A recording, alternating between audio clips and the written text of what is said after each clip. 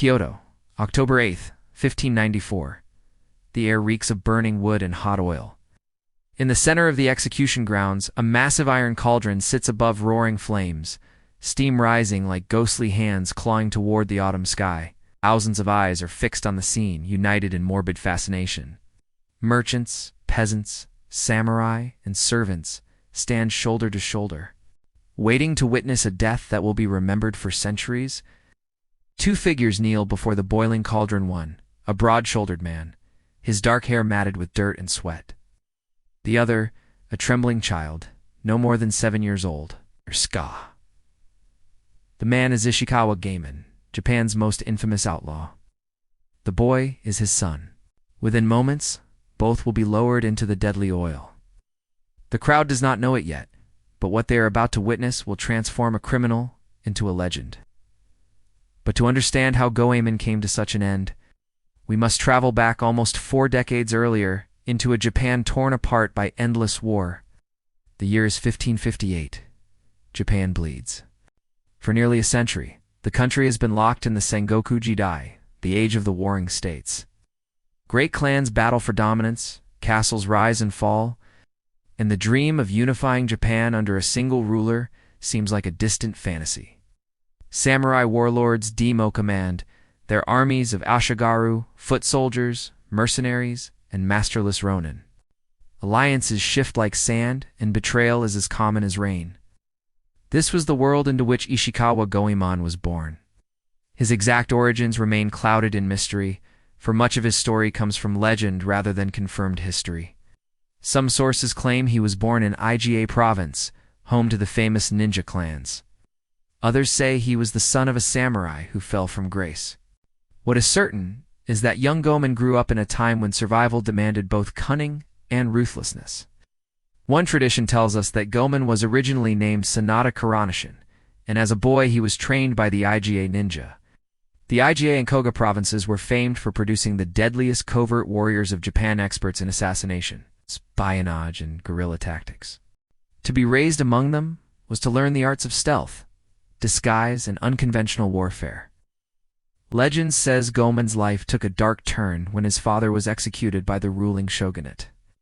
Burning with anger, the boy swore revenge and fled into the mountains, vowing to strike against the powerful who preyed upon the weak. It was here, in the hidden valleys of Iga, that he honed his skills as a thief and warrior. But Goemon was not content with small acts of banditry. He dreamed of something larger, campaigned against corruption itself. In a land where peasants were crushed under the weight of endless taxes, where samurai enforced the will of ruthless lords, Goemon began to imagine himself as a champion of the oppressed. By his teenage years, Goemon had already begun his career as a thief. Some accounts describe him as a wandering ronin, armed with a short sword and dressed in the plain clothes of a peasant. He and his followers would slip into wealthy estates under cover of darkness, robbing merchants and corrupt officials. Unlike ordinary bandits, however, Goemon gained a reputation for sharing his stolen riches with the poor.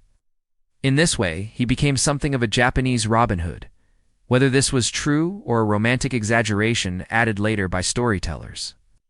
The legend of Goemon began to spread. Peasants whispered his name with admiration, while the authorities cursed it with fury. The shogunate labeled him nothing more than a dangerous thief, a rebel who threatened the fragile order of society. Yet in the hearts of the common folk, he was a hero. By the 1580s, Japan was beginning to shift. Oda Nobunaga, and later Toyotomi Hideyoshi, were carving paths toward unification. Kyoto, the imperial capital, pulsed with life-silk merchants, monks, samurai, and courtiers crowded its streets. But behind the glitter of temples and tea-houses lay deep inequality. This was Goemon's hunting ground. Tales abound of him sneaking into the estates of noble families, scaling walls with cat-like agility, and leaving with treasures that would humiliate even the proudest lords. Some stories even claim he attempted to assassinate Hideyoshi himself, though whether this is fact or legend remains uncertain. What is remarkable about Goemon is not simply that he stole, but that he became a symbol. In a rigid society bound by hierarchy where the weak were expected to bow and suffer, Goemon stood as defiance incarnate. His daring raids and narrow escapes were retold in tea houses and whispered songs and later in kabuki plays. He was not merely a criminal, he was an idea. The idea that even the most powerful daimyo could be humbled, that the rich could be robbed, and that justice might be wrested from injustice by the hands of a thief. But such defiance could not last forever. The authorities would not rest until Goemon was captured, and his enemies were many. The seeds of betrayal were already being planted, and the outlaw's path was leading inexorably toward that black cauldron in Kyoto. The year is 1582. Japan is changing. The great warlord Oda Nobunaga has just been betrayed and killed, and his general, Toyotomi Hideyoshi, is rising swiftly, determined to unite the fractured nation under his rule. Amidst this turbulence, Ishikawa Goemon's legend grows. Goemon is no longer just a wandering thief.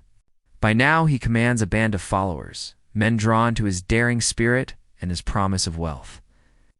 They stalk the highways, ambush merchant convoys, and plunder the homes of corrupt officials.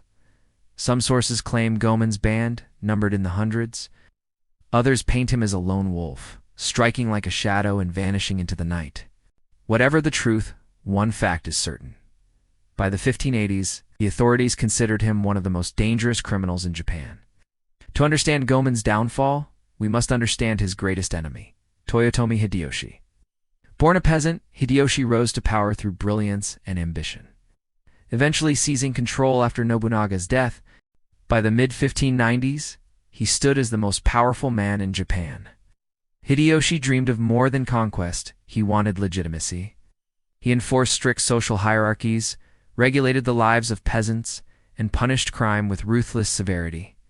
To men like Goemon, who thrived in the cracks of society, Hideyoshi was both a threat and a target. It is here that the line between fact and legend blurs. Many tales claim that Goemon attempted to assassinate Hideyoshi himself. According to one famous story, Goemon crept into Hideyoshi's bedchamber at Fushimi Castle, dagger in hand.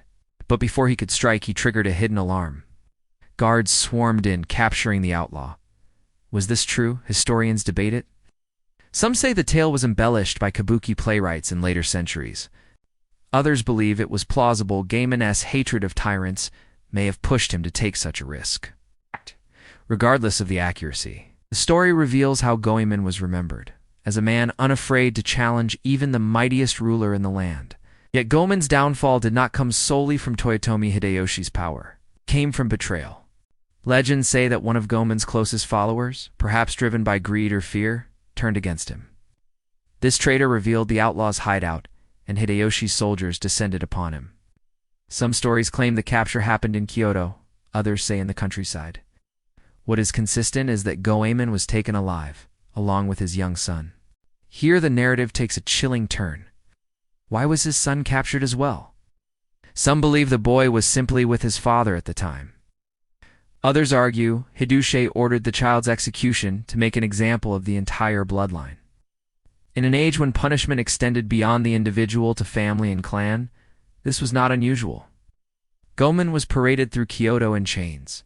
For the common people, it was a shocking sight.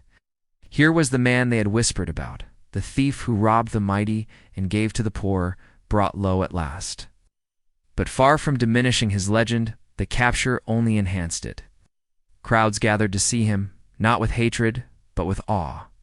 Here was a man who had lived free, who had defied the rules of samurai and shogun alike. Now, even in captivity, he carried himself with defiance. Hideyoshi, however, wanted more than a simple execution. He wanted to destroy the idea of Goemon. If the people saw him as a hero, then Hideyoshi would stage a spectacle so horrific that admiration would turn to terror. Thus was chosen the method of execution, boiling alive in a great cauldron of oil. Accounts of the execution differ, but nearly all agree on one haunting detail. Goemon's son was condemned alongside him. On October 8, 1594, the cauldron was prepared in Kyoto. Flames licked the iron belly of the pot, and oil bubbled within. Before a vast crowd, Goemon and his son were brought forth. What happened next is preserved in both history and legend. Some say that as the executioners lowered them into the oil, Goemon lifted his child above his head, holding him out of the cauldron to save him from the agony. He endured the burning flesh of his own body while desperately keeping the boy aloft. According to this account, Goemon begged the crowd to raise his son as a free man. Others tell a darker version.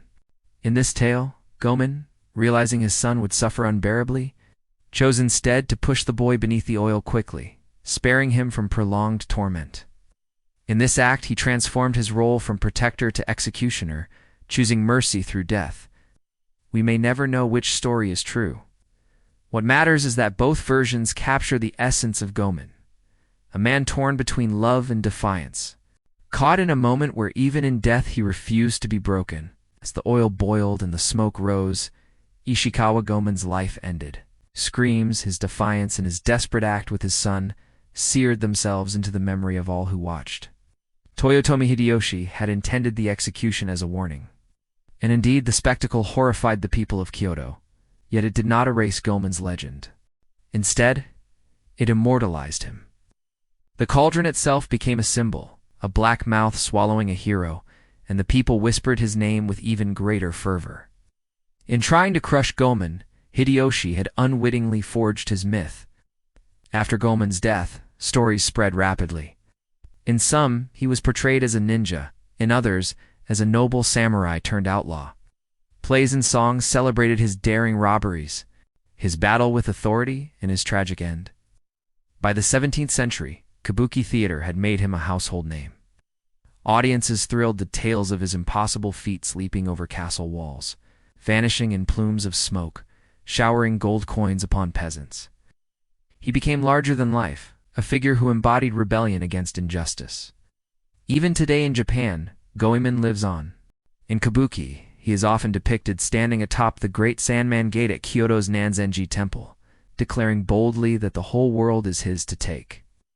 It is a declaration not of a thief, but of a man who refused to bow. The black smoke from the cauldron eventually faded into the autumn sky, but the memory of Ishikawa Goemon did not fade with it. His execution was meant to terrify the people of Kyoto, to make them think twice about rebellion, crime, or defiance. Yet what Toyotomi Hideyoshi did not anticipate was that Goemon's death would elevate him beyond the reach of politics. The outlaw had died, but the legend was just beginning. After the execution, rumors and stories spread like wildfire. Some whispered that Gomen's spirit lingered in Kyoto, protecting the poor and haunting the rich. Others claimed that his boiling was not truly an end, that a man so cunning and fierce could never be destroyed so completely. In reality, the authorities disposed of his body quickly, erasing all traces of the man who had embarrassed the mighty. But commoners would not allow his memory to vanish. To them, Ishikawa Gomen was not simply a thief. He was a symbol of resistance in a time when ordinary people had little power. What makes Gomen fascinating is how quickly his life became blurred with myth. Within a generation of his death, he was no longer remembered merely as a criminal who stole from the wealthy. He was celebrated as a folk hero who defied tyrants and shared his spoils with the poor. The details of his life became embroidered with fantasy. In some tales, he was the son of a samurai wronged by the shogunate. In others, he was a master ninja, raised in the hidden valleys of Iga. The historical outlaw melted into a figure of imagination, a larger-than-life rebel who stood against impossible odds. This process of transformation says much about the world of 16th-century Japan. People longed for heroes who could strike back against authority. In a rigid society where peasants were taxed heavily, where the samurai class dominated, and where warlords fought endlessly, the idea of a lone man stealing from the rich for the benefit of the poor was intoxicating. By the early 17th century, Japan was entering a new era under the Tokugawa shogunate. The Sengoku chaos was over, and peace had been enforced through strict social order. Yet Gomen's story continued to flourish, finding a new home on the stage of kabuki theater. Kabuki was bold, colorful, and dramatic, perfect for retelling the life of an outlaw. Playwrights reimagined Goemon as a daring hero, capable of impossible feats. He could leap across rooftops, vanish in smoke, and taunt the authorities with witty remarks. One of the most famous kabuki scenes shows Gomen standing atop the Sandman Gate at Nanzenji Temple in Kyoto, gazing down upon the city and declaring, "The whole world is mine." It is a moment of pure defiance, transforming him from a hunted thief into a man who claimed all of Japan as his playground. For audiences, this was cathartic. Watching Gomen cheat death, rob the mighty, and laugh in the face of danger, allowed them to taste rebellion without ever leaving their seats. Through kabuki, Goemon became immortal. Ironically, the very method of Goemon's execution also became central to his legend. The Great Cauldron, meant to destroy him, became his enduring symbol. In Japanese folklore, Goemon Buro refers to a type of iron bathtub heated from below its name, directly linked to the outlaw. Families who soaked in such baths for centuries carried a reminder, however unintentional, of the man boiled alive in Kyoto. Even in the simplest rituals of daily life, Goemon's ghost lingered. Over time, Ishikawa Goemon's image shifted depending on who told his story. To the authorities, he remained a criminal, a cautionary tale of what happens to those who defy order. To the common people, he was a tragic hero. To playwrights and artists, he was raw material for adventure, romance, and spectacle. In some stories, he is noble, risking his life to save peasants from cruelty. In others, he is ruthless, cutting down enemies without hesitation. Some tales focus on his skill as a ninja. Others portray him as a trickster with a sharp tongue. This fluidity is part of why his story survived. He could be shaped to fit the dreams and fears of each new generation. Centuries passed, but Goemon's legend never died. In the 20th century, as Japan modernized, his story continued to inspire. Novels, films, and eventually video games reimagined him for new audiences. He appeared in manga and anime, often as a charming rogue or fearless warrior. Perhaps the most famous modern incarnation is Lupin III, the long-running Japanese series about a master thief. One of Lupin's companions is Goemon Ishikawa, 13, supposed descendant of the legendary outlaw. With his deadly katana and stoic demeanor, he carries the spirit of his ancestor into the modern world of crime and adventure. Even today, Goemon remains a cultural touchstone. His name evokes rebellion, freedom, and defiance. Whether in the bathhouse, the theater, or the world of anime, Ishikawa Goemon refuses to be forgotten. But what does Ishikawa Goemon truly represent? Is he a bandit who terrorized the rich for personal gain? Or was he a champion of the oppressed, a Japanese Robin Hood who gave hope to the powerless? The answer perhaps lies somewhere in between. History suggests he was indeed a thief, and possibly a violent one, yet myth transformed him into more than that. For the peasants of Japan, his thefts symbolized justice in a world where justice was rare. His defiance in the face of Toyotomi Hideyoshi symbolized the courage to challenge authority, even if it led to death. In this way, Goemon's story tells us less about the man himself and more about the society that remembered him. He became the vessel for their frustrations, their desires, and their dreams of freedom. And so we return to that October day in 1594. The crowd watches as the oil bubbles. The flames roar, and a father holds his son above the boiling cauldron.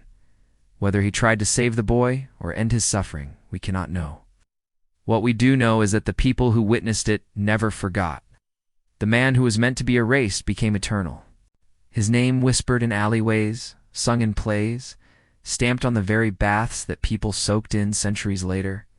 Ishikawa Goemon died as an outlaw, but he lived on as a legend. In the end, perhaps that was his true victory. Today, if you walk the streets of Kyoto, you can still find traces of Goemon's story. Tour guides tell his tale at the Nanzinji Temple. Perform his kabuki plays. His name appears in popular culture, carrying with it echoes of rebellion. And somewhere in the whispers of history, in the smoke rising from forgotten fires, Ishikawa Goemon still stands broad-shouldered, defiant, and unbroken, looking down upon the world and declaring, "The whole world is mine."